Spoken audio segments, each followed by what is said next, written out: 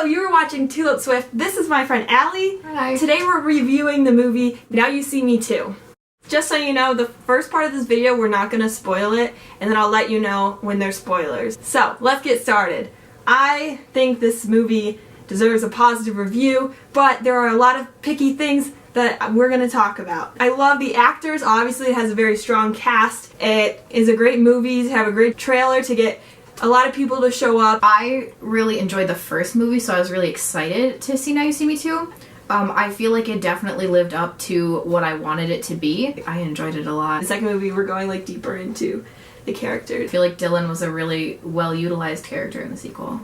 One of the horsemen is new. I can't think of the actress's name, but we know her from Mean Girls and a few other things. Well, I really liked Henley from the first movie, and I really liked the dynamic that she brought to the group, so I was kind of apprehensive at first of Lula. I enjoyed her. I think it took me a minute to really like her, where Henley I feel like was really like smart, and she was kind of like a really like strong character. Lula kind of was like the butt of the joke. Oh, you can't do that, you're a girl. But then like she gets stronger as like the movie goes on, and you kind of see that like she's kind of leaving the boys in the dust, which I liked a lot. Even if you haven't seen the first one, like I would recommend the first one. Definitely as a precursor to this, like I don't think it stands on its own well, because you just need to know the story from the first movie, so that would definitely be a starting place. So, next is spoilers. Bye. Hello, spoiler people. I want to go back to Lula. I love her entrance and how she breaks into Atlas's house. I laughed out loud when he ties her wrist and she just immediately is like, what are you, like, she gestures so casually. And then you skip to the thing where Dylan's there, and Dylan's like, oh yeah, this is Lula. And I was confused about that because I was like, and it was like, oh, she's been coming up in the underground scene, and I was fine with that, but I was like, okay, if you were gonna meet the team, why did you have to break into his apartment and be creepy? And why didn't you just tell him, oh yeah, Dylan knows me? Right, but like I was like, I didn't like that. Because she was very obviously like, we need a girl, put a girl in. Atlas was with the last girl, I can't remember her name. Henley. The only available bachelor in her age range would be Dave Franco. So she went there, and that was really obvious, and there wasn't any specific chemistry, and I think you could have put her with literally any man in the movie and it would have been the same story. We have one scene where she flirts with Dave Franco until their big smooch at New Year's.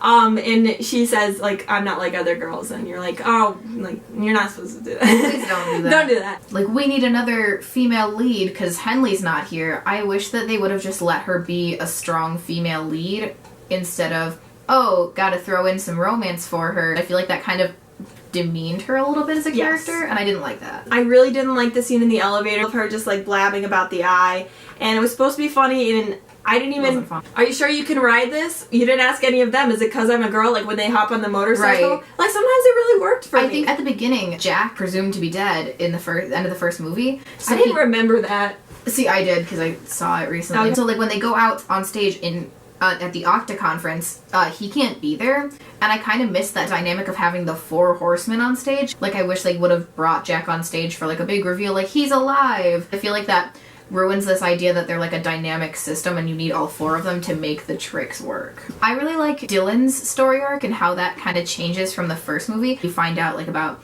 his past and his father. He's really there for the group, and he's really trying to help the group. Yeah, and I really like that. By the time he's in that box, you're like really rooting for him. Right. Beginning Atlas is kind of like, oh, we don't need you, like I'm gonna be the leader. At the end, like it's solidified that Dylan's the leader. Magic means a lot to me. I feel like that's, besides the cast, I think that's really what makes me go see this movie. You always want to see something like really creative, and then it ends up being like the obvious, we put them on an airplane to China. Like I feel like you wanted to see them go through some dimensional wormhole. I saw the tricks happening. You're also into magic though.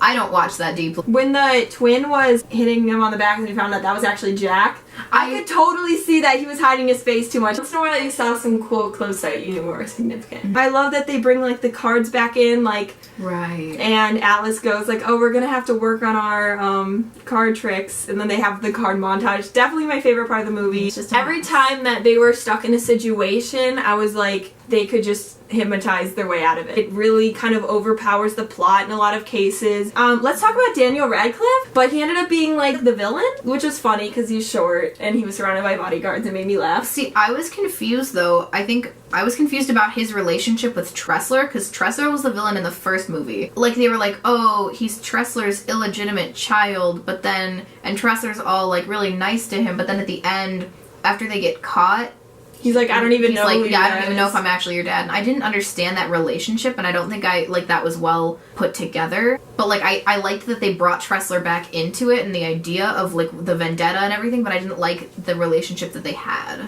I love the sequence when they have the chip or the stick and they're passing it back and forth. Ooh. I really like that part. I was confused near the end when they were like, oh, it's not the real chip, but then they ended up with the real chip. How? Where'd you get that? Yeah. How did this happen? Because he plugs in the fake one that they give him, and it works. It worked. I thought the movie had to end with them like stepping on the chip or throwing it into the river. Cause like no one can have the chip. It's not safe. Like who are you gonna give the chip to? Like the police? Right. Like you can't The trust government. anyone. Okay, let's skip to the ending. They have the little tricks that's going on, like the Queen and Kings, the rain, and then like did Lula ever make something fly? She popped the head off a dove and put it back on, but that was it, because then she got called away by Dylan before she made the ship fly. That's a little bit... Yeah, that was yikey. I didn't enjoy that. Why did they even set that up so much if they... Whatever. They jump out of the airplane. But it's not an airplane. I It's was flying like- in the air.